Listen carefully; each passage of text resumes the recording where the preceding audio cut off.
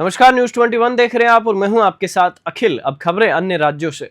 News 21 की team ने समाज सेवी शेखर साहू बड़ई पारा रायपुर से चर्चा की। देखिए उन्होंने क्या कुछ कहा चर्चा में। नमस्कार, आप देख रहे हैं न्यूज 21। ऐसी खबरें जो आपको कहीं देखने को नहीं मिलेगी, सुनने को नहीं मिलेगी, वो मिलेगी आपको न्यूज 21 पर। हम हर एक सामाजिक मुद्दों पर लगातार मुद्दे उठाते हैं। सामाजिक जो कार्य कर रहे हैं, अच्छा कार्य कर रहे हैं, बेहतर कार्य कर रहे हैं, हम उनसे लगातार संपर्क करते हैं, जानने की कोशिश करते हैं उनके जीवन के बारे में, उनके कार्यों के बारे में। तो ऐसे ही सिलसिले में हम आज बढ़ई पारा पहुँचे हैं। बढ़ई पारा में यहाँ पे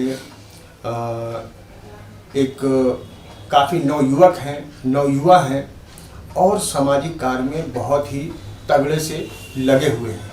और वो पिछड़ा वर्ग से आते हैं और वो लगातार पिछड़ा वर्ग के लिए काम कर रहे हैं और वो सामाजिक कार्य कर रहे हैं, अपने समाज के लिए भी कर रहे हैं, दूसरे के समाज के लिए भी कर रहे हैं, सभी समाजों के लिए कर रहे हैं। तो ऐसी ही एक शख्सियत से आज हम आपको रूबरू कराते हैं। तो आइए हम सबसे पहले आपका स्वागत करते हैं। शेखर साहू जी, आपका हमारे चैनल में स्वागत है। नमस्कार, मैं शेखर साहू, जन सेवक, आप सभी के बीच में आप लोगों का छोटा भाई, आप लोग का बेटा, आप लोग का। तो शेखर साहू जी, आप जो है सामाजिक कार्य करने की प्रेरणा आपको कहाँ से मिली और आपने ये कार्य कब से शुरू किया? मुझे जहाँ तक लगता है कि समाज में जो मूलभूत ज़रूरतें हैं उसके हिसाब से मैं अपने वार्डों में जो अपने बड़े बुजुर्ग हैं, सीनियर लोग हैं, वार्ड के दिग्गज नेता हैं, जो वार्ड के वरिष्ठ हैं, उन सभी को देखता था, उनकी एक्टिविटी देखता था।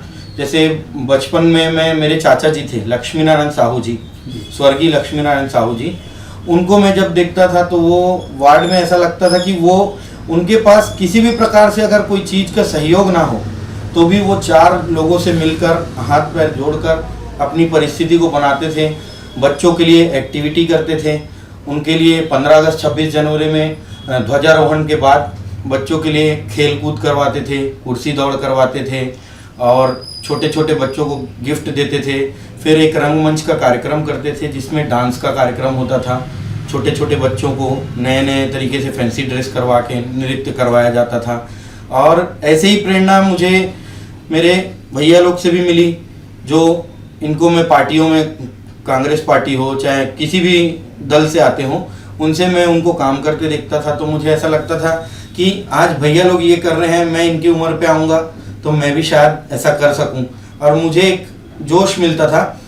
फिर मेरे परिवार से, जैसे मेरे पिताजी जो बढ़ई पारा अखाड़े में पहलवान रहे हैं, स्टेट लेवल चैंपियनशिप में उन्होंने पार्ट किया था और छत्तीसगढ़ स्टेट में वो कुश्ती कई जगह लड़े हैं, वहाँ से जीत कर आए हैं। मेरी दीदी जो है हर्षा साहू जी, वो कराटे इंटरनेशनल प्लेयर है और खेल जगत में उनका एक बड़ा नाम है। आज उनको देखता हूँ, मेरी दीदी को देखता हूँ, मेरे पिताजी को देखता हूँ, तो ऐसे लगता है कि उनका एक सपना था, मेरे पिताजी का सपना था, है अभी, मतलब वर्तमान में मेरे पिताजी का सपना है कि मैं किसी के लिए सेवा करता हूँ तो एकदम मन से करता हूँ, इमोशनल हो जाता हूँ और काम करता हूँ उनके लिए। तो उनको लगता है कि हर परिस्थिति को देखते हुए लोगों के लिए काम करो, निस्वार्थ काम करो, फल देने के लिए ऊपर वाला बैठा है, तो आप कार्य करते रहो। तो मैंने एक सोच बनाया कि जब भी किसी ज़रूरतमंद को कोई भी काम की ज़रूरत पड़ेगी या उनको आधे रात को भी मेरी ज़रूरत पड़ेगी तो मैं बिल्कुल दौड़कर उनके लिए आऊँगा। अच्छा, आप साहू समाज में भी आप पदाधिकारी हैं? नहीं, साहू समाज में मैं एक कार्यकर्ता के रूप में मेरे बड़े भैया हैं घनश्याम साहू जी, वो साहू समाज में संरक्षक के रूप में हैं। और भी मेरे भाई, कई सारे भाई हैं, जैसे मनीष साहू जी हैं और लीलाधर साहू जी हैं, ऐसे कई साहू समाज के मेरे भाई हैं, सोनू साहू जी हैं। तो ये सब भैया लोग से मेरे को प्रेरणा मिलती है। शशिकांत साहू जी, ये लोगों ने रायपुर में साहू समाज को एक अलग नाम दिया। इनकी प्रेरणा से मेरे को लगता है कि समाज में ना मनोबल बढ़ता है। समाज में मैं गर्व से बोलता हूँ, कहीं पे बाहर निकलता हूँ तो बोलता हूँ मैं साहू समाज से बिलोंग करता हूँ। अच्छा, आज जैसे समाज में अभी मूलभूत सुविधाओं की बात तो होती ही है, लेकिन स्वास्थ्य और शिक्षा, दो चीज़ों की बहुत आवश्यकता अभी भी दरकार है जी। तो आपने कुछ ऐसे कार्य किए हों समाज में किसी के लिए भी जो स्वास्थ्य से संबंधित हो, शिक्षा से संबंधित हो, ऐसे बिल्कुल कोई बिल्कुल बेशक। मैंने आज से नहीं, जब से मतलब मैं ये सोचता हूँ कि जब भी मैं कोई कार्य करता हूँ, मैं अपने घर से निकलता हूँ तो भगवान के सामने प्रार्थना करके निकलता हूँ और मैं बोलता हूँ कि जिस किसी को भी मेरी ज़रूरत हो, प्रभु सामने अगर वो मेरे आए या उसको किसी से पता चले कि मैं मदद के काबिल हूँ उनके, तो बिल्कुल मेरे पास आएंगे, मैं उनका मदद करूँगा। मैंने ऐसे कई सारे लोग हैं जिनको मैं अपना पर्सनल ब्लड भी दिया। उनको पिछले छत्तीसगढ़ में भूपेश बघेल जी की जब सरकार थी तो मैंने उनको स्वेच्छा अनुदान भी दिलाए, स्वास्थ्य के उसमें लाभ दिलवाया। हॉस्पिटल में जाके पर्सनली डॉक्टर जब उनको कोई एंटरटेन नहीं करते थे तो मैं डॉक्टरों के पास जाके उनके लिए बात करता था। उनको बेड नहीं दिया जाता था, उनको रात भर पड़े रहना पड़ता था बाहर में, उनको मैं जाके जगह दिलवाता था, उनकी सेवा करवाता था, उनके लिए खाने पीने की व्यवस्था करवाता था।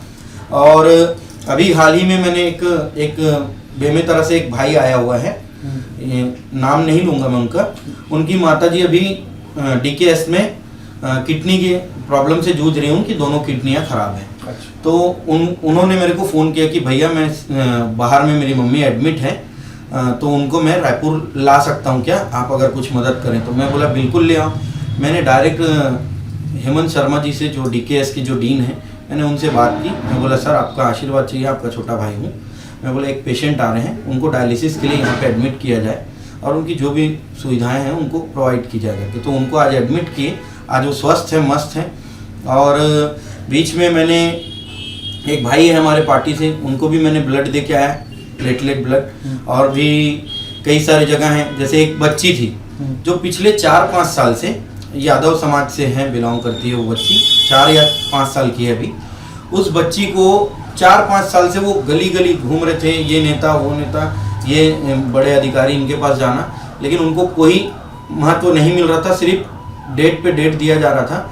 वो उनको कहीं से पता चला कि शेखर साहू के पास आप जाइए, आप बात कीजिए। मेरे पास आए, बोले कि ऐसी ऐसी बात है। मैंने तुरंत मेरे परम आदरणीय श्री TS बाबा जी से, जिनके मैं नक्शे कदम पे चलता हूँ, उनके आशीर्वाद से ही चलता हूँ, मैंने उनसे एक बार बात की सीधी कि बाबा साहब ऐसी ऐसी बात है और इनको बच्ची का मतलब बचपन से जन्म जाती है, न सुन सकती है न बोल सकती है और 4-5 साल से ये घूम रही है।